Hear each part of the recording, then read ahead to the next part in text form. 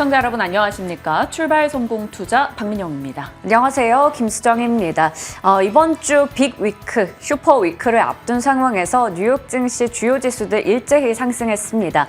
특히 다우지수와 S&P 500 지수는 또 사상 최고치를 기록을 했고요. 전기차주 테슬라가 정말 오랜만에 4% 정도 급등이 나왔습니다. 반도체 관련주들도 함께 올라가면서 이러한 부분들이 증시를 좀 견인했다라고 볼 수가 있겠죠. 네. 정말 빅테크 기업들의 실적 시즌을 앞뒀다 보니까 그에 대한 경계감 그리고 종목별 수급 이동이 굉장히 극심하게 나타납니다. 그리고 시장에 새로운 이슈까지 등장을 한 상황이죠. 어떻게 바라봐야 될 것인가 시장 전략 저희 시간 통해서 챙겨가시길 바랍니다. 자, 어제 증시 이슈들 무엇이 있었는지부터 같이 정리하며 시장 내용 살펴보겠습니다.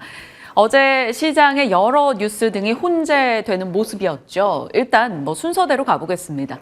요르단에서 이란 지원을 받는 무장 세력이 미군의 3명을 살해했다. 그래서 바이든 측에서 보복을 다짐했다라는 뉴스가 있었습니다. 그로 인해서 지정학적 리스크가 고조될 때 움직이는 종목들이 장 초반에 일부 시세를 내기도 했었고요. 그리고 또 하나 홍콩 법원 측에서 부동산 개발업체 헝다 청산 명령을 내렸다라는 장중 속보 소식이 전해졌습니다. 공식 디폴트 이후 2년 만에 청산, 시장에서는 나름 당연한 과정으로 여겼기 때문에 시장 자체에 미치는 영향은 제한적이었습니다. 다만 이것은 외환 시장의 변동을 만들어냈고요. 그 과정에서 일단 외국인 선물 매수 유입을 좀 자극하는 흐름이 나오기도 했습니다. 그리고 어제 코스피 하루의 흐름인데 이렇게 계속해서 엄청난 급등을 보여주다가 장 막판 동시효과 부근에서 뚝 떨어지는 흐름이 나옵니다. 그래도 상승으로 마감되긴 했습니다만 순식간에 상승폭을 조금 줄였죠. 위클리 월요 옵션 만기 영향일 것으로 추정을 하는 곳이 많습니다. 어느 정도 이 부분 내용도 참고하시길 바라고요. 또 하나 어제 반가웠던 것은 외국인이 7,000계약 이상의 강한 선물 매수를 보여줬다라는 겁니다. 외국인 선물 매수는 코스피 200을 대상으로 하기 때문에 대형주가 상대적으로 강할 수 있었다라는 것을 수급 쪽에서 찾을 수가 있었죠. 그리고 무엇보다 이 외국인의 선물 매수와 함께 맞물려서 대형주 단에 힘을 실어준 뉴스는 바로 저 PBR 관련한 종목군들의 급등이었습니다. 1월 18일경에 당시에 한국 증시가 계속 내려서 한국 증시가 왜 이럴까 거기에 대한 여러 가지 이유들 체킹했었습니다. 그때 당시에 말씀드렸던 내용이죠. 일본이 2022년도 6월경에 실시했던 PBR 1배 미만 기업의 박멸 계획, 그것을 한국도 벤치마킹을 하고 있다라는 점을 언급드렸습니다. 그래서 그 전 거래일에 17일에 김주현 금융위원장의 코멘트를 같이 소개했었죠. 저 PBR 기업 상향 방법 공시 유도 제도를 운용할 것이다. 그러면 당시에 이마트와 신세계가 역사적 신저가를 기록하는 점을 짚기도 했었습니다. 분명 이것은 1월 18일경에 나온 뉴스인데 시차가 조금 있었네요. 이 시차를 갖고 어제장에 강하게 반영이 됐습니다. 어제장에 강하게 반영된데 아마 계기가 됐을 것으로 제 나름의 추정입니다. 생각되는 건 KB증권 하이난연구원의 보고서가 아닐까 싶어요. KB증권 하이난연구원의 보고서가 이제 업데이트가 됐죠. 그 내용을 조금 압축해 본다면 과거에 반도체로 자금 유입이 종료될 때 오히려 시장 자체로 외국인의 자금이 추가로 유입됐었다라고 말합니다. 과거에 삼성전자와 SK하이닉스 등의 반도체 종목으로 자금이 조금 줄어들 때 오히려 외국인의 자금 매수 자금이 훨씬 더 강하게 들어왔었다라는 거죠. 그러면 외국인이 반도체 쪽을 대신해서 무엇을 담겠는가를 하이난연구원이 고민을 했고요. 그러면서 자본시장 개선안에 초점을 맞췄습니다. 외국인 자금이 추가로 들어올 것인데 그것은 반도체 외 업종으로 유입될 가능성이 있다라고 코멘트했죠. 그리고 기업 밸류 프로그램을 주목하자라고 언급했습니다. 자, 시장에서는 안 그래도 기업 밸류 프로그램에 대한 관심을 갖고 있다가 이런 내용이 업데이트되면서 좀 더 강하게 수급 이동이 나타났던 어제였습니다. 이런 시장의 흐름을 어제장이 고스란히 반영했죠. 보시죠. 코스피는 0.8% 오른 채 거래 마쳤습니다. 눈에 띄는 수급이 있죠. 외국인의 현선물 매수세. 앞서 말씀드린 대로 외국인의 선물 매수 일단 대형주를 당연히 자극하는 요소였습니다. 그리고 기업 밸류업 프로그램의 영향이 또 강하게 작용했죠. 자, 코스피 쪽에서는 외국인과 기관이 동반 매수했는데 코스닥에서는 외국인과 기관의 매도가 포착이 됐고요. 그것은 2차 전지 쪽으로 집중이 됐습니다. LNF가 코스피 쪽으로 옮겨오면서 에코프로와 에코프로 BM이 차지하는 비중이 굉장히 커졌죠. 그러니까 이들의 변동이 클수록 코스닥의 변동도 같이 커질 수밖에 없는 상황입니다. 그래서 코스닥은 어제 2차 전지 종목군들 혹은 시스템 반도체 종목들, AI, 로봇, 의료 AI 이런 종목들이 빠지면서 낙폭이 좀 컸습니다. 2% 이상의 하락으로 대형주와 코스닥 극명하게 온도차를 보여줬던 어제였죠. 그러다 보니까 시장에선 이런 얘기가 나옵니다. 저 PBR 관련주들의 급등 다 한 배 이상으로 끌어올리자라는 것과 반대로 고 PBR 종목들은 다 한 배로 낮추자 이런 흐름이 나타난 게 아니냐 우스갯소리로 거론이 됐었네요. 실질적으로 이것은 수급이 부족하기 때문에 수급순환이 돌고 새로운 테마로 저 PBR주를 바라봤을 때는 충분히 가능한 맥락입니다. 저 PBR을 매수하기 위해서 고 PBR을 매도하는 형국이 된 거죠. 2차 전지, AI 등이 하락했던 요소로 볼 수 있겠습니다. 자, 특징주로 보겠습니다. 의약품 쪽에서는 어제 우시바이오 규제 반사이 기대에 대한 브리핑을 했었는데 삼성바이오로직스가 강하게 올라갔고요. HLB 그룹주도 올랐죠. SK바이오팜이 실적 내놓고 더 좋은 호평을 받기도 했습니다. 의약품 쪽에서 오늘 잠시 후에 전략을 좀 챙겨보도록 할 거고요. 앞서 말씀드린 대로 저 PBR 쪽도 어제 가장 중요했던 이슈가 되겠죠. 시장에서는 저 PBR 종목 그리고 저 ROE 종목을 찾고 있습니다.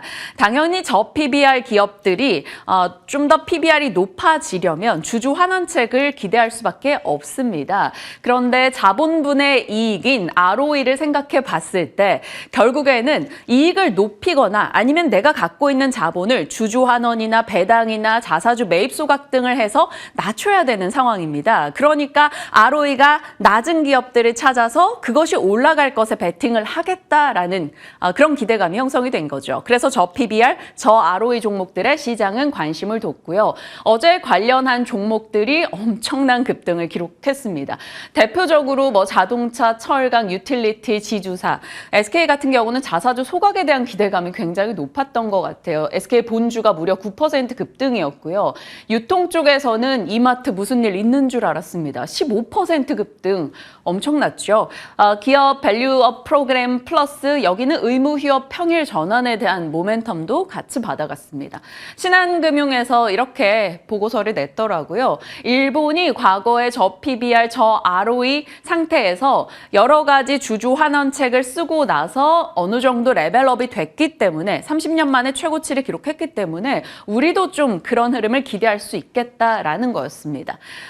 분명 가치주로의 이 수급에 관심, 계기가 된 것은 굉장히 반가운 일입니다. 하지만 아직까지는 시장에서는 시장의 색이 바뀐 것이 아니라 그냥 저 PBR 테마가 하나 등장했다라고 평가하고 있습니다. 좀 주의할 것은 한국과 일본의 정책의 차이점을 좀 잘 봐야 한다라는 지적이 있고요. 결국 기업들의 행동이 뒤따르지 않는다면 정책적 힘이 계속 지속되기는 어렵다라는 겁니다. 지켜봐야 되는 포인트죠. 잠시 후에 저 PBR 관련한 기업들에 대해서 그리고 관련 내용에 대해서 자세하게 정책과 기업 브리핑 해드릴 겁니다. 조금만 기다려주시고요. 자, 그러다 보니까 저 PBR 종목으로의 자금이 이동하려고 보니 자금이 그렇게 시장에 많지 않습니다. 그래서 고 PBR 종목들을 팔고 가는 현상이 나타났죠. 금투협에 들어가서 고객 예탁금의 추이를 봤더니 50조 미만으로 떨어져 있더라고요. 시장에 자금이 많지 않다라는 것이고요. 그러면 이걸 사기 위해 저걸 파는 형태가 계속해서 이어질 수밖에 없습니다. 그래서 어저께 강한 매도가 나왔던 종목들 보시면 2차 전지, 우주항공, 신규 상장 테마, AI 소프트웨어 쪽, 초전도체, 로봇, 엔터, 시스템 반도체. 최근에 한 번씩은 상승권역에서 엄청난 시세 분출을 해줬던 종목들이 하락권에 들어갔습니다. 물론 2차 전지나 엔터 쪽은 꽤나 긴 시간 하락을 보여주고 있죠. 어제 2차 전지 쪽은 테슬라 단가 재협상 뉴스 전해드렸었고요. 이 뉴스와 LNF 세론의 움직임과 함께 같이 떨어지는 모습이 있었습니다. LNF 같은 경우는 코스피로 이동하게 되면서 코스닥 150 추종 자금이 빠져나갔고 거기에 2차 전지 매도 물량까지 같이 맞은 형국이죠. 그렇다면 수급적으로 반등을 기대해 본다면 코스피 200 특례 편입이어야 할 텐데 지금으로서는 조금 가능성이 낮다라는 지적, 당장 3월은 지적이 나오고 있습니다. 물론 밤사이 테슬라가 급등을 했기 때문에 영향을 어떻게 받게 될지는 지켜봐야겠죠. 참 수급적으로 복잡한 흐름이 나오고 있습니다. 자, 그래서 어제는 무언가를 사기 위해서는 무언가를 팔아야만 했던 장이었죠. 그래서 최근 시장은 그렇습니다. 공격적인 투자보다는 이익을 잘 챙겨서 빨리 이익 실현을 하는 게 오히려 포트를 지키는 움직임이더라고요. 어제 빠진 종목들 보시면 어마어마합니다. 우진엔텍, 현대임스, 신규 상장 종목들 크게 밀려났고요. 포바이포 29% 급락, HB 솔루션 25% 하락, LS 머티리얼즈, 에코프로머티 9%씩 급락했고요. 플리토 등의 종목도 22%, AI 소프트웨어 종목들이 꽤 많이 밀려난 것을 확인할 수가 있습니다. 딥페이크 이슈가 나오다 보니까 AI 쪽이 좀 더 눌리는 모습이 나타났는데 지난 금요일에 이 성공전략 함정남 차장님이 이 톱니 전략을 얘기해주면서 딥페이크 등의 이슈가 될 때 AI 쪽이 좀 눌릴 계기가 된다 이런 얘기 해주셨는데 시장이 또 그것을 반영하는 모습 나오기도 했습니다. 자, 떨어지는 종목들의 낙폭이 굉장히 컸다라는 것 어제 부담스러웠는데 떨어진 종목 개수도 코스닥 쪽을 보시면 너무나 많았습니다. 그래서 어제 빠르게 팔고 저 PBR주로 이동하셨던 투자자가 아니라면 상당히 당황스러웠던 장이었지 않을까 싶습니다. 자, 그나마 어제장에서 좀 버텼던 종목군들을 살펴보면요. HLB 그룹주 상승 흐름 보여줬고요. 메타버스 내에서 뉴프렉스, 한빛소프트 등의 종목들 올랐습니다. 유리기판 쪽 그리고 반도체에서 레이저셀이 상한가 기록하는 모습이 눈에 띄기도 했죠. 그런데 이들 종목도 장중 전체 흐름을 놓고 보면 혼미합니다. 누가 이렇게 운전을 엉망진창으로 하는 걸까라는 느낌이었어요. 혼이 나갈 듯한 드라이브를 한 느낌이었습니다. 장중 10% 변동은 1도 아닌 상황이었죠. IMT 예를 한번 들어볼까요? 오전에 이렇게 해서 24% 급등입니다. 그런데 점심밥을 11시 이후거든요. 이게 점심밥을 먹고 딱 돌아왔는데 나는 밥만 먹고 돌아왔을 뿐인데 이게 2%까지 내려가 있습니다. 그리고선 IMT가 또 시간외에서는 강세를 기록했어요. 그러니까 한 종목 한 종목당 장중 변동이 10% 내외는 정말 우습게 일어나는 그런 장, 난이도가 굉장히 높은 장이 전개되고 있습니다. 뉴욕장으로 가겠습니다. 자, 뉴욕 증시를 보니까 왜 이렇게 안정감 있게 느껴지는지요. 박탈감도 있습니다. 3대 지수 모두 다 상승이고요. 나스닥은 1% 이상 강하게 올라줬습니다. FOMC와 빅테크 실적 발표 대기 모드에 들어가 있었고요. 중국의 개입으로 인해서 홍해 위기가 완화될 것이다라는 기대감, 그리고 미국과 이란의 확전에 대해서는 서로 원하지 않는다라며 선긋기 움직임이 나타나서 중동 리스크가 조금 완화된 것 긍정적으로 영향을 줬습니다. 거기다가 중국의 헝다 이슈 등으로 인해 부동산 위기로 중국 경제가 악화되면 원유 수요가 줄 수 있다라는 분석 속에 유가도 내려갔습니다. 그리고 마감 직전이었죠. 재무부의 국채 입찰 규모 이슈가 부각이 되면서 10년물 국채 금리가 장 막판에 뚝 떨어집니다. 그러면서 금리 하락은 마치 빅테크 상승 이런 공식이 형성이 됐죠. 그러면서 나스닥의 시세가 장 막판에 좀 더 힘을 받고 올라가는 것을 볼 수 있습니다. 블랙록에서 세계 최대 자산 운용사죠. 중립에서 비중 확대로 미국 주식에 대해 긍정적인 의견을 낸 것도 시장에 힘을 실어줬습니다. 자, 시장의 심리는 당장은 아니겠지만 곧 금리를 낮출 거야 이런 쪽에 여전히 베팅이 되고 있습니다. 골드만삭스에서는 3월도 가능해 라는 언급도 일부 분석가를 통해서 나오기도 했습니다. 금리 인하에 대한 기대감이 다시금 고개를 살짝 들었고요. 빅테크 중심의 강세가 나타났죠. 마이크로소프트와 메타는 또 사상 최고가를 기록합니다. 메타는 $400를 넘어서는 흐름도 확인되고 있습니다. 애플은 떨어지고 마이크로소프트는 올라가는 흐름이 오늘장에서도 나타났고요. 테슬라가 강하게 반등 줍니다. 낙폭과대에 대한 반발 매수도 있었던 걸로 추정할 수 있고요. 그 전에 말씀드렸던 캐시우드의 강한 매수 효과도 있었을 겁니다. 테슬라가 YTD 그러니까 올해 한 25% 정도 빠졌었는데 그래도 오늘장 4% 오른 채 거래를 마쳤습니다. 아이로봇은 개별 이슈죠. 아마존 합병 계획이 중단됐습니다. 반독점 규제 논란으로 인해서 아이로봇은 결국 10% 정도 빠지는 흐름이 있었네요. 자, 모처럼 고루고루 올랐다. 그래서 모처럼 함께라는 제목을 달았고요. 반도체와 전기차 종목 같이 올라줬습니다. 엔비디아 2% 이상 또다시 상승했고요. 테슬라, 리비안, 루시드가 무려 27%나 급등하는 흐름도 있었습니다. 그리고 가장 테마 상승률로 봤을 때는 항공 모빌리티, UAM 관련주들이 급등을 보였어요. 조비 에비에이션부터 해서 아초 에비에이션까지 같이 올라가는 흐름 확인이 됐습니다. 개별 이슈로는 미국 웨스턴 디지털이 낸드 재고가 4년 만에 최저다라고 하는데 낸드 쪽 이슈가 다시금 반도체에 좀 더 힘을 실어줄지 모르겠습니다. 트레이딩 관점으로 파두, 네오셈, 하나마이크론 등등을 체크해 볼 수는 있을 것 같습니다. 자, 뉴욕장 흐름 살펴봤고요. 이번 주 일정입니다. 어제 말씀드렸던 내용들 정리 다 됐고요. 그 다음에 오늘 이제 실적 등이 나오겠죠. 어제 많은 화학이나 정유 쪽 종목들도 올라갔었는데 그들 역시나 실적 발표 앞두고 있습니다. 저 PBR 모멘텀의 실적까지 얹어주게 될지 한번 지켜봐야 되는 거고요. 이제 수요일 마이크로소프트, 알파벳, AMD 긴장되는 일정 실적 앞두고 있으니까 체크해볼 필요 있겠습니다. 자, 기업 밸류업 프로그램이 2월 중에 발표되고 배당 기준일이 2, 3월 그리고 4월에 총선이 있습니다. 이런 일정 등을 고려했을 때 이벤트 드리븐 현상이 나올 수 있다는 점, 새로운 주의도 같이 감안하면서 투자 전략 챙겨보시죠. 박앵커의 새벽신문으로는 오늘 이 뉴스가 새롭게 등장을 하더라고요. AI 쪽 이야기가 부각되면서 시장은 저전력, 저발열 쪽에 초점을 맞춰주고 있다 보니까 관련 뉴스 등이 자주 보입니다.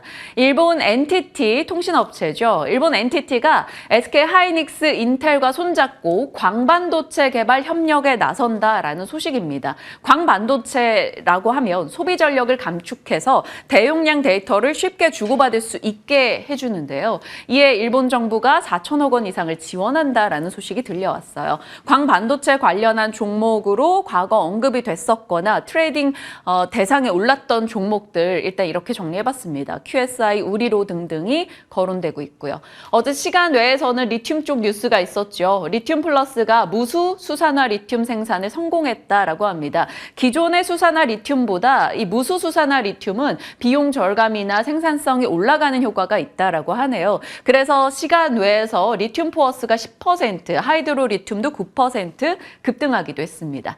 그 밖에는 외신에서 목표가 올려잡은 쪽 하이트진로, 기아, 그리고 SK 하이닉스 거론되고 있습니다. 시장의 각 이슈들 살펴봤고요. 이제 어제 가장 중요했었던 저 PBR 관련한 모멘텀, 그 내용과 또 주의사항들을 그리고 해당 기업들에 대해서 수정 앵커가 브리핑 해주겠습니다. 자세하게 잡아주시죠. 네. 앞서 또 예고해 주신 대로 이 부분에 대해서 좀 자세하게 정리를 해봤습니다. 먼저 국내 증시의 현 상황부터 체크를 해보도록 할게요. 코리아 디스카운트라는 얘기 많이 들어보셨을 겁니다. 국내 증시의 이 전체적으로 봤을 때 주요국들과 비교를 해도 PBR이 현저히 낮은 상황인데요. 이렇게 봤을 때 지금 한국이 0.9 정도가 됩니다. 그런데요. 글로벌 주요국 들의 흐름을 보면 선진국 같은 경우에 굉장히 높은 수준을 나타내고 있고 한국 같은 경우에는 이 이머징 국가들보다도 낮은 수준을 보이고 있습니다. 대표적으로 이렇게 좀 비교를 해볼게요. 일본이나 미국이나 대만보다도 못한 수준이고요. 한국의 PBR은 한 배 미만입니다. 대만 비해서 또 절반 수준이다라고 볼 수가 있겠죠. PBR은 우리가 잘 알듯이 주당 순자산 비율이고요. 주가를 주당 순자산으로 나눈 값이 되겠습니다. PBR이 한 배 미만이라는 것은 기업의 자산 가치가 시가총액보다 높은 것으로 시장에서는 이를 저평가라고 평가를 하고요. 만약에 반대가 된다면 시장에서는 고평가라고 평가를 할 수가 있겠죠. 그러니까 지금 전체적으로 봤을 때 한국은 굉장히 저평가되어 있는 국가고 그렇기 때문에 코리아 디스카운트 현상이 이어지고 있다라고 볼 수 있겠습니다. 이 자본시장연구원의 분석 자료들을 봤을 때요. 2012년부터 2021년까지 10년 동안 한국의 상장 기업들 PBR이 선진국의 52%, 신흥국 대비해서도 58%에 불과하다라고 얘기를 하고 있고요. 한국은 분석 대상인 45개국 중에서 41위를 기록하고 있는 상황입니다. 상당히 좀 굴욕이다라고 생각도 들었습니다. 한국 증시가 저평가받고 있는 가장 큰 문제는 이제 여러 가지 요인이 있겠지만 주주 환원이 미흡하다라는 겁니다. 이 주요국 증시의 주주 환원율을 비교해 봤을 때도요. 일본이 108%를 넘는데 또 미국도 84%에 달하죠. 그런데 한국은 26%밖에 되지 않는 상황입니다. 지금 보시는 것처럼 한국과 미국의 2022년 주주 환원 정책을 좀 비교한 표가 될 텐데요. 현저히 낮은 배당 수익률과 자사주 매입금을 나타내고 있는 것을 확인할 수가 있습니다. 코리아 디스카운트의 요소별로 이 원인들을 분석해 봤을 때도요. 앞서 얘기 드렸던 미흡한 주주 환원 수준 그리고 저조한 수익성과 성장성 이러한 부분들이 가장 크게 비중을 차지하고 있고요. 이외에도 기업의 지배구조가 취약하다라던가 회계가 불투명하다 그리고 기관 투자자의 비중이 낮다라는 부분까지 체크해 볼 수가 있겠습니다. 저 PBR주들을 콕 집어낸 일본 같은 경우에는 증시가 지금 굉장히 활황을 보여주고 있습니다. 34년 만에 최고치를 기록하고 있다고 하죠. 1월을 놓고 봤을 때도 코스피 지수가 6%, 7% 정도 밀리는 동안에 니케이 지수는 거의 8%가 넘게 올라가기도 했습니다. 그건 바로 앞서 얘기했듯이 일본에서는 이미 저 PBR 관련주들을 많이 집어냈었기 때문인데요. 그러니까 작년 3월에 PBR 한 배 미만인 상장사에게 주가 개선을 위해서 이행 목표 공시를 요구를 했습니다. 이게 어떻게 보면 강제성을 띄었던 부분이기 때문에 굉장히 이 부분에 있어서 일본 증시의 주가를 많이 끌어올리는 데 도움이 됐다라고 볼 수가 있을 텐데요. 특히 올해부터는 개별 상장사들이 기업 지배 구조 보고서를 통해서 구체적인 기업 가치 재고 노력을 적어내야 하고요. 그렇게 했던 기업들의 명단은 매달 발표를 한다고 합니다. 2023년 말 기준으로 봤을 때 실제로 PBR 한 배 미만 공시 대상 기업은 3,300여 곳 중에서 거의 1,100여 곳이 참여를 했거나 참여할 예정이라고 하고요. 지금 우리 돈으로 봤을 때 9천억 원 이상 그러니까 시가총액이 굉장히 높은 쪽이죠. 대형주들이 포진해 있는 프라임 시장에서는 78% 그리고 은행주들은 94%가량이 대부분 참여했다고 합니다. 실제로 이렇게 되다 보니까 이게 효과를 많이 보이고 있는 상황이에요. 프라임 시장에서도 상장사 1,800곳 중에서 PBR 한 배 미만의 기업들이 41%까지 개선이 됐고요. 특히나 이 중에서 169개사는 PBR 한 배를 회복한 상황이라고 합니다. 상황이 이렇다 보니까 실제로 이제 배당에 대한 부분들까지 확대가 되고 있는 상황이고요. 예상 배당액은 15조 2,200억 엔으로 전년 동기 대비해서 1,000억 엔 정도 늘어난 수치를 기록할 것으로 역대 최대치를 기록할 것으로 보이고 있습니다. 이렇게 일본 증시에서 이 효과를 봤다라는 게 확인이 되다 보니까 국내에서도 한번 이걸 벤치마크해보자라는 이야기가 나오고 있습니다. 실제로 지난 17일에 김주현 금융위원장이 직접 지시를 한 부분이고요. 그러니까 우리나라에서도 기업의 밸류업 프로그램을 진행하자라는 얘기가 나오고 있는 겁니다. 앞서 우리나라의 전체적으로 이제 글로벌 증시에서 위치를 보여드리기도 했지만 실제로 국내 상장사들 2,600개 중에서 PBR 한 배 미만인 기업들이 거의 43%에 달하는 수준이고요. 이건 10년 전에도 마찬가지였습니다. 그때보다 지금 상장사의 개수가 더 많아지긴 했지만 여전히 비율은 좀 비슷하다라고 볼 수가 있겠죠. 그중에서도 10년째 PBR 한 배를 밑도는 기업들이 500개가 넘는다고 합니다. 특히 건설이나 금융, 증권, 유통 업종이 다수고요. 어제 같은 경우에는 이들 기업들에서 시세가 강하게 나온 부분 확인이 됐습니다.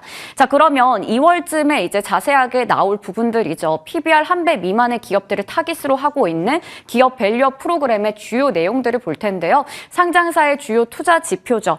시가총액 업종별로 비교 공시를 해야 합니다. 그리고 상장사에게 기업가치 개선 계획 공표 권고가 있겠고요. 기업가치 개선 우수 기업 등으로 구성된 지수 개발과 ETF 도입까지 이야기가 나오고 있습니다.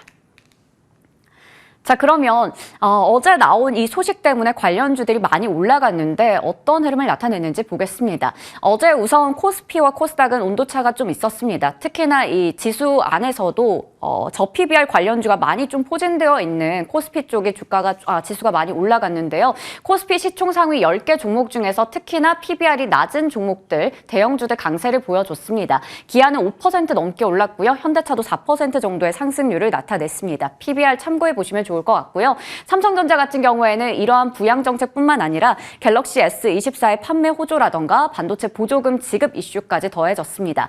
그리고 최근에 은행주들 한번 또 브리핑 해드린 적이 있었는데요.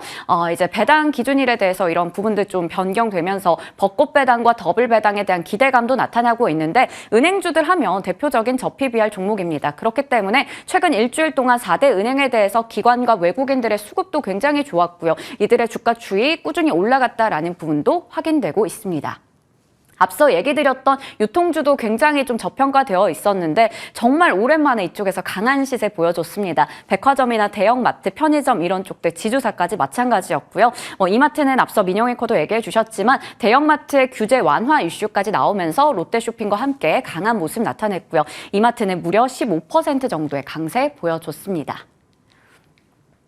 종목들이 정말 많더라고요. KB퀀트 이 자료를 봤는데요. 저 PBR, 그리고 저 배당 성향, 저 ROE 종목의 리스트가 너무 많았습니다. 이걸 보면서 이제 눈이 빠질 것 같았는데 그중에서도 시가총액이 높은 종목들 위주로 한번 좀 적어봤습니다.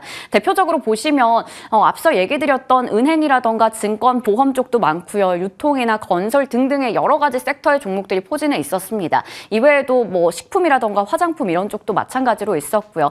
그리고 한국투자증권의 자료입니다. PBR 1배 미만 중에서도 자사주 매입의 가능성이 있는 종목들, 그러니까 앞서 가장 큰 문제였던 주주 환원에 대한 부분 기대할 수 있는 쪽도 거론을 하고 있었는데요. 삼성물산, 농심, 파라다이스, 현대모비스, SL, 한일시멘트, 대웅, 빙그레 등등의 종목들이 거론되고 있었습니다. 종목에 대해서는 보유하고 계신 종목들 참고해 보시면 좋을 것 같습니다. 자, 그러면 이렇게만 된다면 정말 우리 증시도 일본처럼 똑같이 좋은 효과를 볼 수 있을까요? 그 부분에 대해서는 우리가 기대도 할 수 있겠지만 뭔가 리스크도 고려를 해야겠죠. 일단은 기업들 입장에서는 앞으로 자사주의 매입이나 소각이나 배당 확대 같은 주주 환원책을 많이 생각을 할 겁니다. 그리고 상장이 되어 있는 공기업 같은 경우에는 정부의 기조를 우선적으로 따를 가능성이 높은 상황이고요. 또 실적이 양호했지만 그동안 지배구조 이슈 때문에 주가가 낮았던 기업들은 투자 심리가 새롭게 개선이 될 수 있을 겁니다. 그러니까 앞서 봤듯이 너무 많은 종목들이 있었기 때문에 옥석 가리기가 정말 중요한 시점이 되겠죠. 하지만 여기서도 앞으로 논의될 수 있는 이 상속세 완화 추이에 대해서는 변동성 추가적으로 나올 수 있다라는 거 유의를 해야겠고요. 미래에셋증권에서는 기업의 실적이라던가 지속 가능한 부분들이 뒷받침되는 쪽을 보자라는 얘기를 하고 있습니다. 그리고 유안타증권에서는 일본 증시의 상승에는 기관 투자자들의 수급도 어느 정도 기여를 했었는데 이걸 우리가 단순히 그냥 모델만 따라가서는 될 게 아니다. 국내에 단순히 적용한다면 효과는 오히려 낮을 것이다라는 얘기를 하고 있습니다. 그러니까 관련주들 정말 잘 따져봐야 될 것 같은데요. 잠시 후에 출연하시는 진만쌤께 어떻게 보면 새로운 테마라고 볼 수 있는 이 저PBR 주 쪽에서도 투자 전략과 함께 탑픽 종목까지 여쭤보도록 하겠습니다.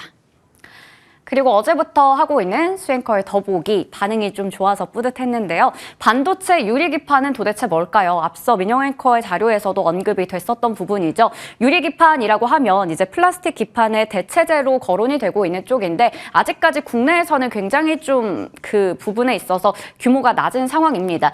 그러니까 빤빤한 표면부터 해서 뭐 낮은 열팽창 개수나 유연한 강도, 기존의 플라스틱 기판 두께 대비해서 더 얇고요. 전력의 소모량은 낮은데 전체적으로 전체적으로 봤을 때 가격 면에서는 유리하다라고 합니다. 기대가 되는 쪽이고 그러다 보니까 인텔에서도 SKC에서도 그리고 삼성전기에서도 지갑을 열고 있는 섹터입니다. 그래서 관련주들 미리 좀 체크해보면 어떨까라는 측면에서 사실 많이 오른 쪽도 있는데요. 추가적인 시세까지 가능한지도 지켜보면 좋을 것 같습니다.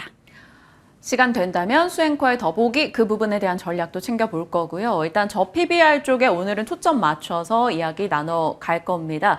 2012년도에 또 배당이나 주주환원이 참 이슈가 됐던 시기도 이제 삼성그룹주, 삼성전자나 물산 혹은 은행, 자동차 등이 강했었는데 당분간은 그런 쪽에서 계속 대안을 찾아야 되는 것인지 고민해 보겠습니다. 지금부터 함께 전략 챙겨보시죠.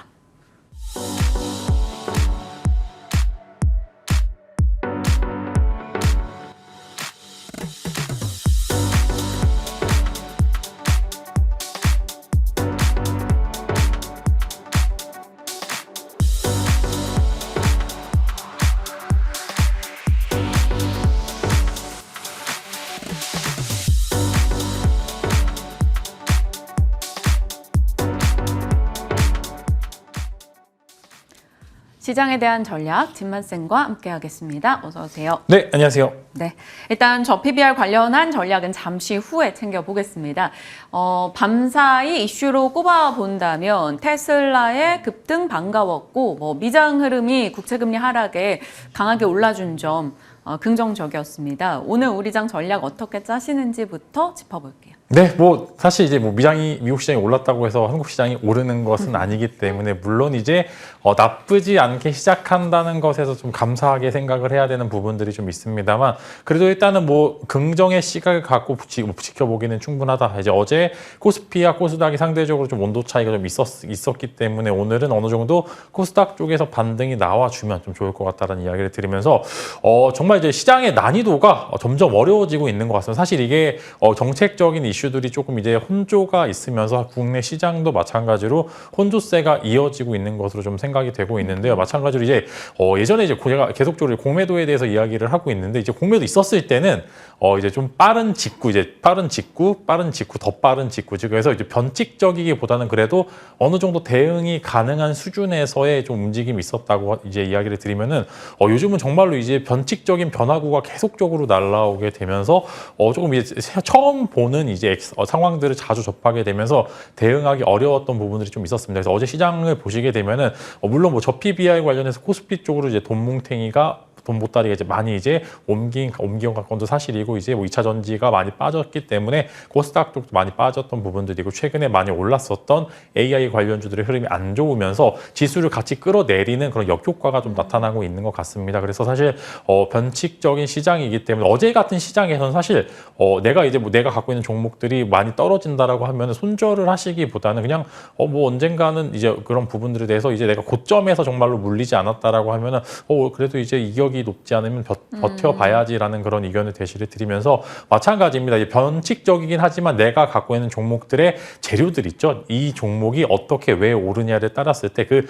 빈도수가 일주일에 한 번 혹은 2주일에 한 번씩 올라가는 그런 섹터일 경우에는 분명히 적정 구간에서 반등이 나올 것으로 좀 전망이 되고 있고 지수 레벨이 하단부이기 때문에 손절을 하시기보다는 조금 더 시간을 좀 널널하게 갖고 좀 이제 지켜보시는 게 좋다라는 말씀을 드립니다. 어제요. 그 2차 전지나 AI 쪽 종목들의 낙폭이 상당히 컸어요. 특히나 정말 퍼센테이지로만 본다면 AI, 신규 테마주 이런 쪽에 급락이 컸단 말이죠. 이들 종목에 대해서도 그러면 일주일에 한 번씩 모멘텀 이슈가 계속 나오는 쪽이면 대응 가능하다입니까? 네, 대응 가능하다라고 말씀드립니다. 사실 이제 그 AI 쪽에서도 여러 가지 이제 종목들이 있고 이제 그 종목 차트마다 조금씩 다른 모습을 보여주고 있는데 조금 이제 하락분이 좀 더 많이 남긴 했습니다. 저는 이제 AI 소프트웨어 쪽만 10% 정도 하락은 더 감안을 하고 이제 오늘 만약에 어제 하한가가 있었던 종목들이 오늘 좀 풀리게 된다라고 하면은 밑에서 좀 단기 트레이딩으로 공략해 보시는 거 충분히 가능하고 AI 테마는 여전히 불멸입니다. 아직 거품이라고 하기에는 이전에 있었던 여러 가지 사례들보다 좀 덜 올랐기 때문에 아직 거품이다라는 이야기는 저는 좀 어불성설이다라고 생각을 하고 있고요. 추가적인 시세는 여전히 가능하지만 어디서 어떻게 잡느냐에 따라서 수익률은 좀 천차만별일 것으로 전망이 됩니다. 사실 보통 어제 하락 많이 나온 종목들 거의 2주 동안 올렸던 거 한 번에 다 빼버린 종목들도 많이 나왔기 때문에 이렇기 때문에 적정 구간에서의 반등은 나옵니다. 그래서 이격 조정이 어느 정도 이뤄지는 한 수요일 일요일 오후장 정도는 충분히 이제 매수가 가능하다고 생각이 되기 때문에 AA 관련주들은 어느 바닥권을 잘 찾거나 바닥에서 추가 매수를 잘한다라고 하면은 지금 주도주 내에서는 추가적인 시세는 가능할 것으로 생각이 되고요. 2차 전지는 마찬가지로 지금 이제 슬슬 거의 이상 빠질 곳이 있냐 정도까지 좀 빠졌기 때문에 2차 전지 마찬가지로 오늘 어느 정도 적당 구간의 반등엔 성공하지만 반등의 브레이크 걸릴 요소 제가 계속적으로 강조드렸지만 마찬가지로 이제 조금 있을 것으로 전망이 되지만 예전처럼 이제 브레이크 요소가 좀 강하게 나오기는 좀 힘듭니다. 저는 이제 FOMC를 좀 긍정적으로 지켜보고 있기 때문에 2차 전지도 마찬가지로 어제 하락분의 적정 구간에 잡아보셨던 트레이더 분들께서는 조금 오늘도 괜찮을 것으로 전망이 되고요. 2차 전지는 단기 반등에 충분히 나올 수도 있기 때문에 다만 내평단에 가기는 좀 힘들기 때문에 공략하고 싶으신 분들께는 추가 매수보다는 다른 종목 위주로 이제 공략을 해보시는 게 좋을 것 같다는 말씀으로 2차 전지는 브레이크의 요소는 조금씩 옅어지고 있기 때문에 슬슬 모아가도 될 만한 가격대가 왔다. 이렇게 좀 말씀을 드리도록 하겠습니다. 2차 전지 쪽에 대해서도 시장에 대해서도 전략 주셨던 내용들이 잘 맞아 떨어지고 있습니다. 2차 전지도 일단 반등은 나오겠으나 단기 반등 정도로만 해석하자 의견을 주셨고 실제 그런 흐름이 나왔는데 지금부터는 조금씩 모아가도 좋을 것 같다라고 의견을 주시기도 했네요. 참고하시죠. 자, 저희 ASR께 문득 생각이 나네요. 2차 전지 쪽에서 엔캠에 대한 의견을 좋게 말씀해 주셨고 3개월 사이에 엔캠이 240% 정도 올랐습니다. 어제도 2차 전지 다 밀려도 그 종목만은 뭔가 혼자 살아있는 느낌이었어요. 이거 이제 계속 AS 할 때마다 더 끌고 가자라고 의견 주셨는데 엔캠 이제는 어떻게 해요? 네, 뭐 제가 지난주에 이제 AS 할 때 저 빼고 다 팔으라고 했던 거 같더라고요. 그래서 일단 저는 흐름 자체가 또 바뀌었기 때문에 좀 마찬가지로 추가적인 시세는 조금 더 가능하지 않을까 좀 싶습니다. 이제 또요? 아직도요? 네, 저는 조금 더 상승 여력은 좀 있을 거라고 말씀을 드리면서 막 크지는 않을 겁니다. 한 20% 내에 좀 상승 여력은 좀 동반되고 사실 이제 직접 매물대를 소화했기 때문에 여기서 이제 하차를 하기에는 어제의 상승은 조금 더 반가웠기 때문에 이제 사실 이제 만약에 또 오늘 또 2차 전지 쪽에서 반등이 나온다라고 하면 그쪽의 시세까지 같이 받을 수 있기 때문에 시장이 안 좋을 때 강했던 종목 시장이 강할 때 조금 더 강할 수 있다라는 점 말씀을 드리면서 엔캠 같은 경우 추가적인 시세 충분히 가능할 것으로 전망이 되고요. 이제 리튬 관련해서 이제 엔캠의 관련주였던 이제 광무나 중앙 첨단 소재가 여전히 추가적인 시세가 가능할 것으로 전망이 되기 때문에 내가 이제 엔캠은 못하겠다라고 하시는 분들께서는 이쪽으로 한번 눈길을 돌려서 트레이딩에 한번 참여해 중앙 첨단 소재와 광무 두 종목을 이제 여러분들한테 말씀을 드리면서 엔캠의 관계사입니다. 엔캠이 추가적인 시세가 나오고 신고가가 또 추가적으로 나오게 되면 이쪽도 한번 지켜보시는 게 좋을 것 같습니다. 중앙 첨단 소재 얘기도 해주셨던 거 기억하는데 일단 엔캠에 대해서 저는 이쯤 이제 익실현 하십시오 이런 답을 기다리고 있는데 계속해서 좀 더 끌고 가보자라는 의견을 주고 계시네요. 물론 그 의견을 주셨기 때문에 지금까지 그 수익이 나는 거겠죠. 아직까지 조금 더 상승 여력은 남아있다라는 판단으로 엔캠 주셨고 또 하나 생각나는 게 있어요. 삼성 바이오로직스 중장기로 끌고 가기 가장 좋은 종목이다. 이렇게 지난주에 의견을 주셨어요. 삼바가 어제 3% 이상 강하게 올랐단 말이죠. 어떡할까요? 네, 뭐 사실 삼성바이오로직스에 대해서는 매번 그냥 장기 투자로 보셨을 때 어떤 적정 구간에서 그냥 사시면 된다라고 말씀을 드렸는데 마찬가지로 그냥 실적으로 매번 증명을 하고 있는 기업이기 때문에 사실 여기서 더 끌고 가도 됩니다. 사실 내가 어떤 이제 포지션에 취해 있는지 이제 잠시 지켜보시면 좋을 것 같은데 지금 사실 싸 보이는 종목들이 굉장히 많기 때문에 삼성바이오로직스 같은 경우에 내가 시드머니에 여유가 있으신 분들께서는 그냥 다른 계좌 한쪽에 넣어두시고 그냥 쭉쭉 지켜보셔서 이제 100만 원까지 가는 거 지켜보시면 될 것 같고 내가 조금 탄력적인 부분들이 조금 당긴다 하신 분들께서는 지금 구간에서 일단 조금 정리를 하시고 다른 쪽으로 잠시 갔다가 삼성바이오로에서 조금 싸지면 그때 다시 한번 재공략하시는 그런 전략을 써보시는 것도 좋을 것 같다는 말씀 드리지만 일단은 여러 가지 이슈를 봤었을 때 FOMC에서 이번에 금리 인하에 대한 이야기가 한번 좀 강하게 나올 것으로 전망이 되기 때문에 그러면은 금리 인하의 최수혜주인 바이오시밀러 기업들은 여전히 조금 더 지켜봐도 되지 않을까 싶습니다. 네. 이제 저 PBR 종목군으로 가겠습니다. 기업 밸류 프로그램에 대한 이야기는 진즉에 나왔으나 시장이 시차를 두고 어제 이제 이슈가 조금 반영이 되면서 관련한 기업들의 질주가 있었습니다. 약간 그간에 한풀이를 하는 느낌의 급등 도드라졌어요. 배당을 많이 하거나 혹은 저 PBR 혹은 저 ROE 기업, 주주 환원을 위한 자사주를 많이 갖고 있는 기업들 이런 쪽에 포커싱 됐는데 그중에서 좀 추려볼게요. 너무 많았어요. 네, 사실 저는 이제 코리아 디스카운트에 대해서는 다 이유가 있는 그냥 디스카운트라고 좀 보고 있고, 사실 뭐 인적 분할이나 물적 분할, 사실 그동안 지수에 훼손되었었던 이런 부분들이 이런 이제 조주 환원, 준후 환원책을 좀 많이 이제 좀 훼손시키는 그런 액션들이 많이 나왔는데, 사실 정부 정책에 대해서는 저는 이제 이런 효과가 굳이 필요할까? 저는 이제 이 효과에 대해서 미비하다라고 생각이 되고요. 오히려 이제 개별주적인 움직임이 좀 많이 보여줄 것 같습니다. 이제 이런 부분들에 대해서 어느 정도 시장에서 두각을 나타내는 기업들이 조금 더 상승률을 좋지 않을까 싶은 이제 그런 생각을 가지고 있고요. 여러 가지 정책들이 있죠. 이제 뭐 양도세 폐지, 그다음에 공매도 금지. 처음에 첫 술은 되게 좋았었는데 지금 이제 이후의 흐름을 보면은 되게 더 안 좋습니다. 오히려 시장을 혼조하게 만들었던 요소 중에 하나라고 생각은 되는데, 일단은 뭐 요 관련된 정책에 대해서는 긍정적으로 보고 있으나, 이게 장기적으로 봤었을 때 결국에는 시장을 움직이는 힘은 제한이 되어 있는데, 테마성 이슈들로만 작용이 될 만한 요소들로 시장의 유동성을 갖고 있기 때문에 저는 단기적으로만 이런 움직임을 좀 보여줄 것으로 전망이 되고 있기 때문에 결국에 뭐 현대차나 기아처럼 결국에는 이제 보여주지 않는다라고 하면 기대감만으로는 상승하기는 좀 제한되다라는 말씀을 드리면서, 뭐 여러 가지 저PBR 종목들이 시장에서는 존재를 하고 있습니다만, 그 기간은 어느 정도로 봐야 될까요? 한시적이라고 하셨는데 2월에 이제 기업 밸류 프로그램 언급이 구체적으로 나온다라 그랬고, 뭐 배당 기준일도 2, 3월이니까 그래도 2월까지는? 아니요, 저는 오늘 당장 꺾여도 무방할 것으로 좀 전망이 되고요. 매번 그랬습니다. 뭐 지주사도 그렇고 올랐었을 때 저는 이 현대차와 기아는 추가적으로 이제 배당과 이제 자사주 매입에 대한 여러 가지 긍정 이슈가 있기 때문에 보여준 기업이 오히려 효과를 좋게 볼 것이다라고 생각이 되면서 현대차와 기아는 먼저 이제 우선적으로 보고 있지만, 네. 당장 이런 부분들에서 어제 급등한 뭐 이마트라든지 이런 기업들에 대해서 저는 오늘 당장 하락이 나올 거다라고 생각이 되고 있고요.